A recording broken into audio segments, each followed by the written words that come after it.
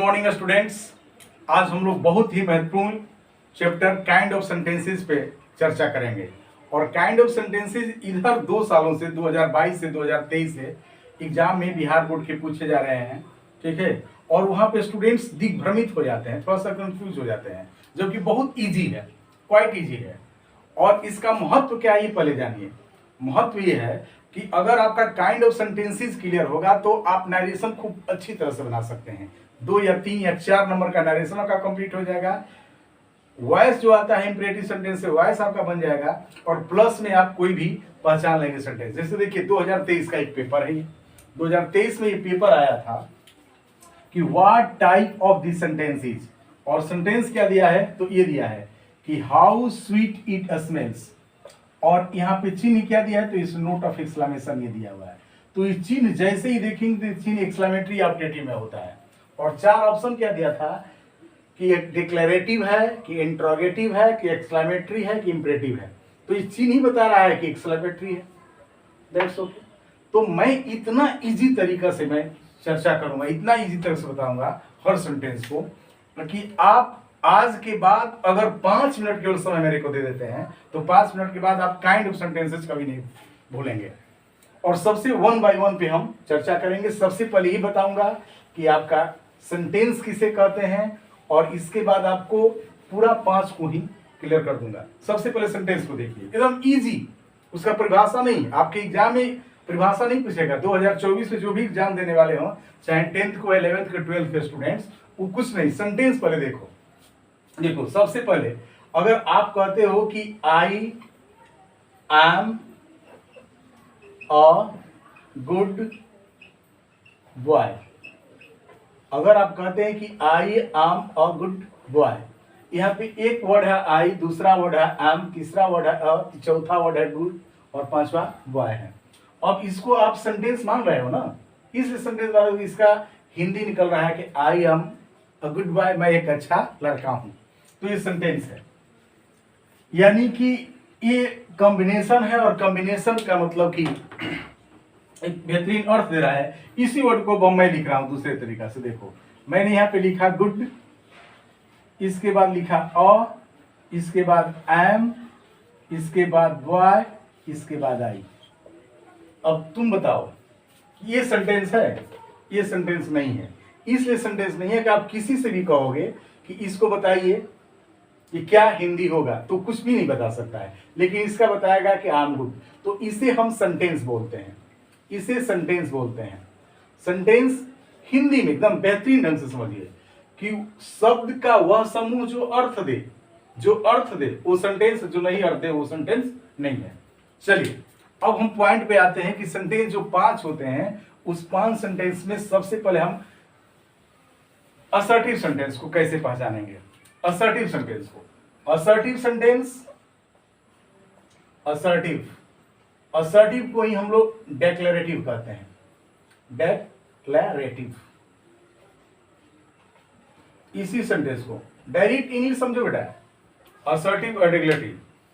जो कथन हम बोल देते हैं, किसी को डिक्लेयर कर देते हैं, कोई भी बात डिक्लेयर कर देते हैं। देखो जैसे ये 2 प्रकार से हम डिक्लेयर करेंगे कोई बात। अगर मैं किसे कहता हूं, ठीक ना, कि आई लाइक इंडिया, मैं भारत को पसंद करता हूं, डिक्लेयर कर दिया, इस बात को मैंने डिक्लेयर कर दिया, आई लाइक इंडिया। और किसी ने कह दिया कि आई डोंट लाइक पाकिस्तान,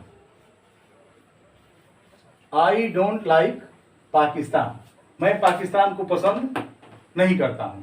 तो किसी ने कहा कि आई लाइक इंडिया और किसी ने कहा कि आई डोंट लाइक इंडिया। तो ये भी असर्टिव है, ये भी असर्टिव है, ये भी डिक्लेरेटिव है, ये भी डिक्लेरेटिव है। अब इसको हम लोग अफर्मेटिव कहेंगे कि ये अफर्मेटिव है, अफर्मेटिव है। और इसको हम लोग कहेंगे कि ये निगेटिव है। इसको हम लोग क्या बोलेंगे? ये निगेटिव है, अफर्मेटिव और निगेटिव। तो सबसे पहले आप असर्टिव डिक्लेरेटिव को क्लियर कर लो कि जो हम बोलते हैं, जो कुछ भी बोलते हैं, सेंटेंस ऐसे समान ढंग से कुछ भी बोल दिए, वो जा रहा है, इज गोइंग, डिक्लेरेटिव है। मेरा दोस्त लंदन में रहता है, friends lives in London, assertive है। नहीं रहता है, ये भी असर्टिव है, लेकिन एक निगेटिव हो गया, एक अफर्मेटिव हो गया। अब हम लोग चर्चा करते हैं सेंटेंस इंपरेटिव पे।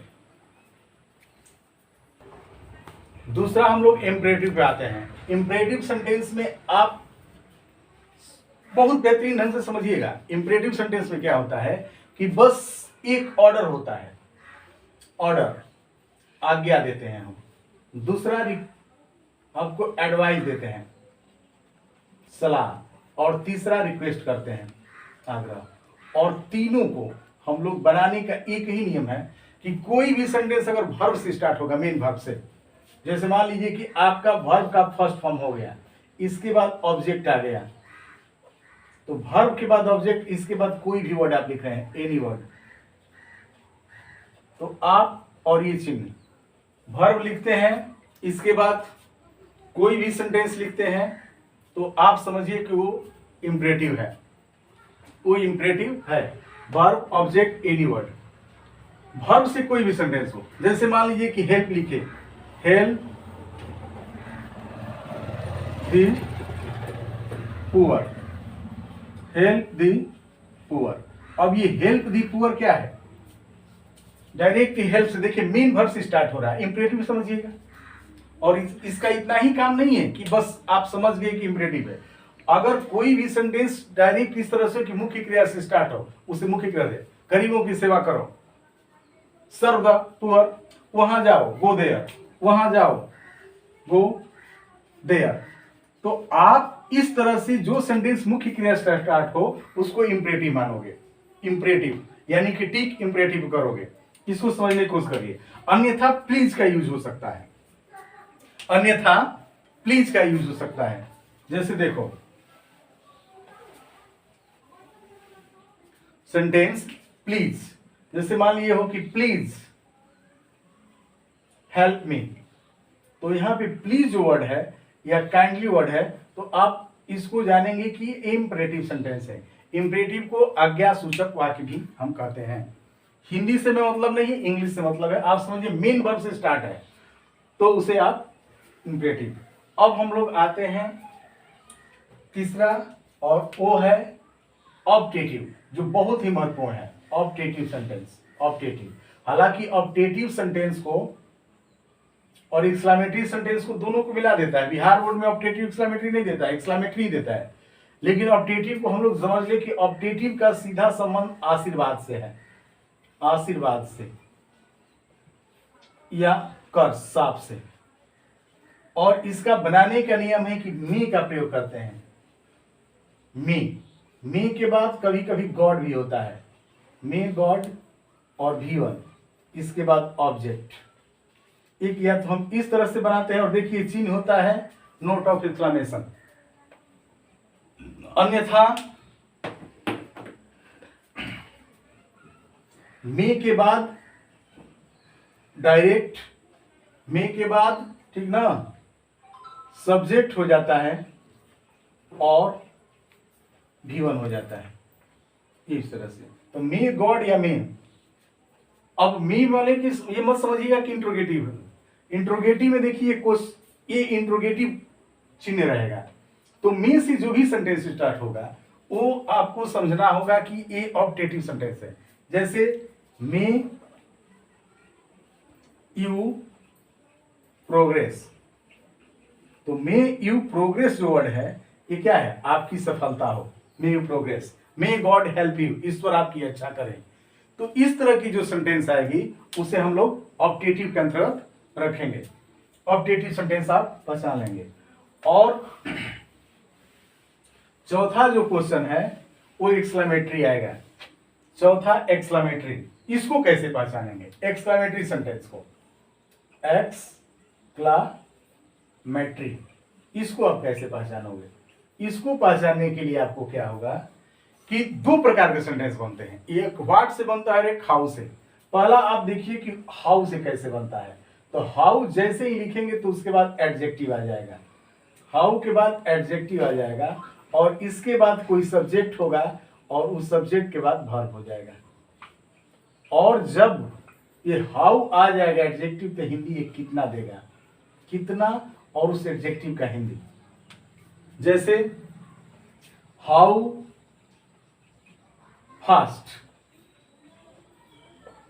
हाउ फास्ट ही रन्स, कितना तेज वह दौड़ता है। तो इस तरह से हाउ फास्ट, यानी कि हाउ के बाद एडजेक्टिव रहेगा तो आप समझेंगे कि एक्सक्लेमेटरी सेंटेंस है। हाउ फास्ट ही रन्स, तो आप क्या समझेंगे, एक्सक्लेमेटरी सेंटेंस है हाउ के बाद। ठीक है, जैसे how deep this river is, और हम लोगों का जो सेंटेंस शुरू में देखे थे हाउ स्वीट इट स्मेल्स, तो वो भी था। तो इस तरह से आप हाउ, इसका एक और है जो हो सकता है इस बार 2024 में दे एक्सक्लेमेटरी सेंटेंस के। दूसरा एक होता है जो व्हाट से स्टार्ट होता है, और व्हाट में देखिए क्या होता है, व्हाट के बाद रहता है आपके, व्हाट के बाद रहेगा ए चाहे आर्टिकल, इसके बाद नाउन रहेगा, और नाउन के बाद आपका सब्जेक्ट रहेगा, और सब्जेक्ट के बाद आपका वर्ब रहेगा। ध्यान दीजिएगा, और ये वाला चिन्ह व्हाट के बाद इस तरह से, और जब व्हाट के बाद आर्टिकल रहेगा, आर्टिकल के बाद नाउन रहेगा, तो हिंदी कैसा देता है, कैसा, लगभग जैसे वह कैसा आदमी था, वह कैसा आदमी था, तो क्या करेंगे, कैसा आदमी, what a man he was. अब इस तरह के भी सेंटेंस रहेंगे तो आपको समझना है कि सेंटेंस एक्सक्लेमेटरी है, तो व्हाट से स्टार्ट होगा। कभी कभी ये समझिए कि व्हाट के बाद एडजेक्टिव आ जाता है, तब नाउन आता है, और वो हाउ और व्हाट दोनों से बनता है, हाउ और व्हाट दोनों से बनता है, समझिए व्हाट के बाद। और उस सेंटेंस देखिए, जैसे एक सेंटेंस हो, ठीक है, एक्सक्लेमेटरी में ही, आप ध्यान दीजिएगा इसी तरह से, जैसे सेंटेंस हो कि वह रात कितनी भयानक थी, भयानक थी, वो रात कितनी भयानक थी।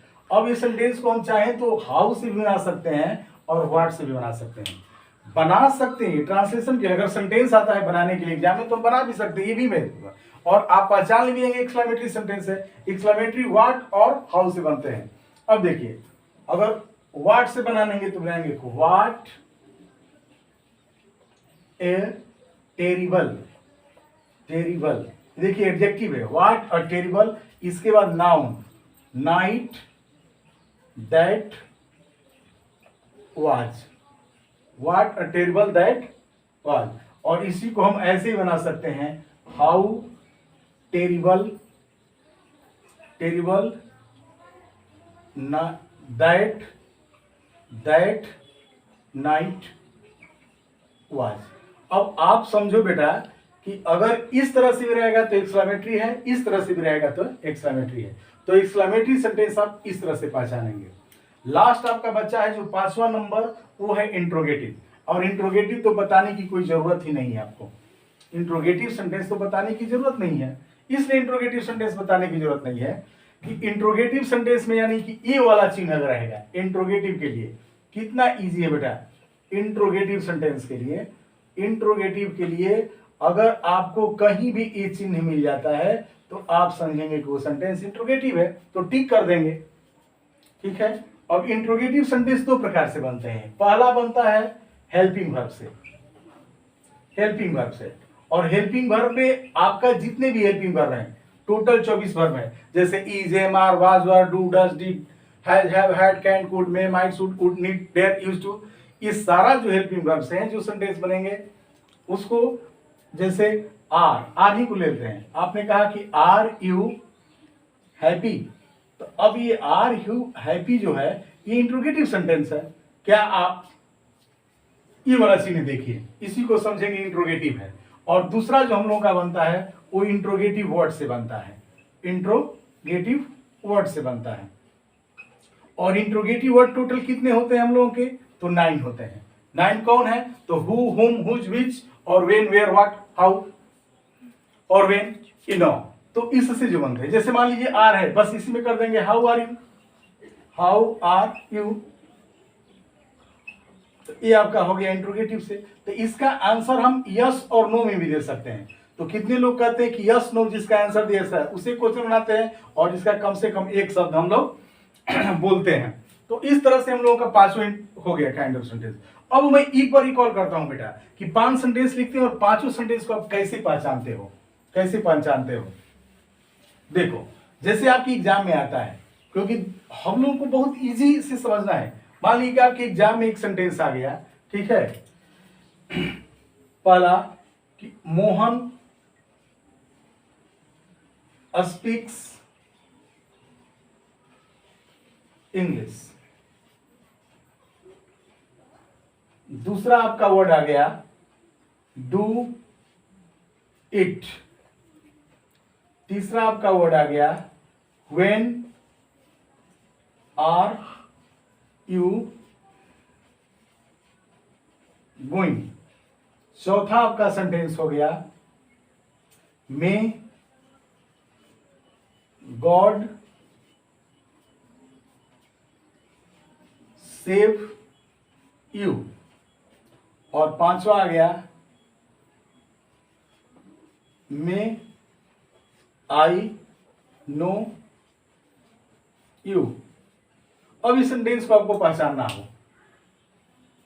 कि कौन सा है। तो मोहन स्पीक्स इंग्लिश, आप देखेंगे कि सेंटेंस ऑब्जेक्टिव है, नहीं है। ये सेंटेंस एक्सक्लेमेटरी है, नहीं है। ये सेंटेंस, तो जब आपको लगेगा कि ना एक्सक्लेमेटरी है, ना ऑब्जेक्टिव है, ना इंट्रोगेटिव है, ठीक है, ना इंपरेटिव है, तो इसे मार देंगे कि असर्टिव है, यानी कि ये सेंटेंस डिक्लेरेटिव हो गया। आपके एग्जाम में डिक्लेरेटिव वर्ड आएगा, डिक्लेरेटिव, असर्टिव नहीं, डिक्लेरेटिव। ये डू इट मेन वर्ब, देखिए वर्ब का फर्स्ट फॉर्म है, इंपरेटिव मारिएगा, इंपरेटिव। जैसे ये वर्ड हो गया मे आई नो, देखिए क्वेश्चन वर्ड है, कितना इजी है। इस चिन्ह को देखेंगे आप, इसको इंट्रोगेटिव मार देंगे, इंट्रोगेटिव। अगर ये व्हेन आर यू गोइंग, देखिए ये क्वेश्चन है, फिर इंट्रोगेटिव मार देंगे। मे गॉड सेव यू, देखिए ये वाला चिन्ह है, ये वाला चिन्ह, इसे नोट ऑफ एक्सक्लेमेशन कहते हैं। आप इसको क्या मारेंगे, मे गॉड सेव यू, मे से स्टार्ट हो रहा है ऑब्जेक्टिव, तो मे से ये भी स्टार्ट हो रहा है, मे से भी स्टार्ट हो रहा है। लेकिन ये देखिए चिन्ह, तो ये चिन्ह कह रहा है कि इंट्रोगेटिव है, और ये चिन्ह अगर आपको नहीं समझ में आ रहा है बेटा, तो एकदम चिन्ह से देखिए कि अगर ये चिन्ह है तो ऑब्जेक्टिव है। अब लास्ट जो सेंटेंस है, लास्ट, अगर व्हाट और हाउ के बाद एडजेक्टिव हो, व्हाट और हाउ के बाद एडजेक्टिव हो, और यही आएगा व्हाट और हाउ के बाद।